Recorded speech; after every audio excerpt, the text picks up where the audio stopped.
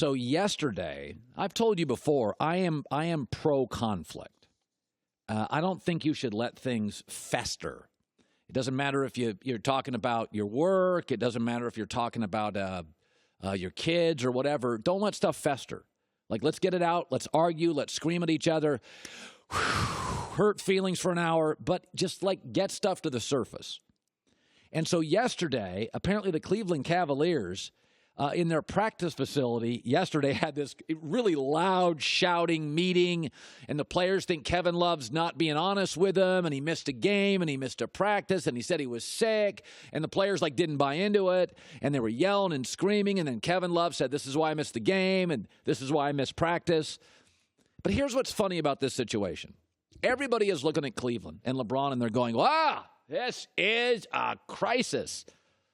Cleveland's 27-18, seventh best record in the NBA, three-time defending Eastern Conference championship.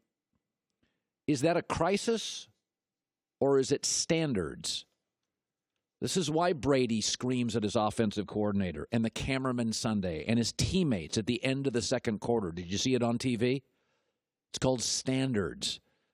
LeBron James creates conflict in January, right before the trading deadline. He wants to win a championship or bust, certainly at least win the Eastern Conference. And he sees problems. So there's conflict. Again, meetings, yelling, streaming. This is how you resolve stuff. Like, the standards are different for Brady. He's in an 8th Super Bowl. The standards are different for LeBron. He's been to 7 straight finals. LeBron's problems are probably a lot like a billionaire's problems, though I don't know any billionaires, but I imagine they complain about stuff like, my second private jet is not available this weekend for Aspen, or my $27,000 a month landscaping bill hasn't come yet. Brady's standards and LeBron's standards, you view it as a crisis. I view it as crisis resolution. Arguing, conflict, team meetings, calling people out. You can Google Steve Jobs jerk. There's a lot of articles. When you're trying to change the world, this is sort of the way it happens. You become a little bit of a pain in the butt because it's not good enough to be 27-18. It's not good enough just to win the East. It's not good enough to have the 7th best record.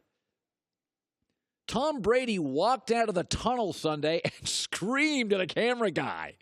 He didn't want the camera guy to hit his injured right hand. Then he screamed at a coach, and he screamed at teammates. Listen, they've both built up equity, LeBron and Brady.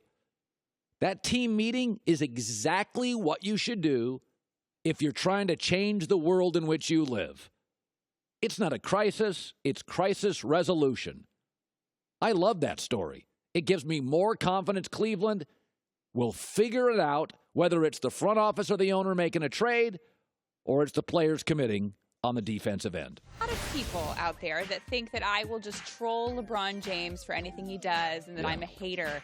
But I've started to realize that LeBron is actually the biggest troll out there, so he probably deserves this. And when he does things like he did on his Instagram, I mean, I don't know what I'm supposed to do. There's really no choice. All right. He is sitting on 29,993 career points. Yeah.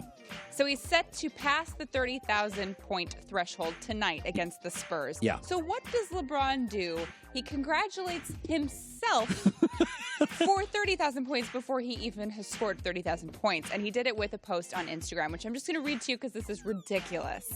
And by the way, it's like a young LeBron James, right? Want to be one of the first to congratulate you. He's talking about himself here. On this accomplishment/achievement tonight that you'll reach. Only a handful has reached, seen it, too. And while I know it's never been a goal of yours for the beginning, please try to take a moment for yourself on how you've done it.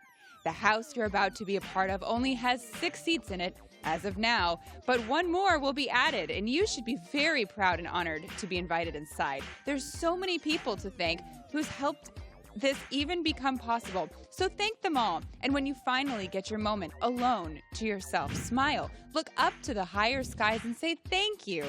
So with that said, congrats again, young king, with an emoji of a king. One love, hashtag, of course, strive for greatness, hashtag the kid from Akron. Are you kidding me? That's a little over the top. Are you kidding me? You're congratulating yourself before you. Could you not just wait a day? Even the day later, it would have been obnoxious, but come on. You know, you could have put a picture of yourself in high school and said, tonight's going to be special. I know where it all started, and just leave it there. Exactly. And you know what? Great. Good for you. You should celebrate. Because I like the this. picture. He doesn't even look like LeBron. I want to be one of the first to congratulate you. Don't you know if you're one of the first to congratulate yourself? This is just obnoxious. And this is why, he asks for it. Thanks for watching. Subscribe here to get the latest from the show. Also, be sure to check out more of the best clips from The Herd or go watch a few segments from our other shows on FS1.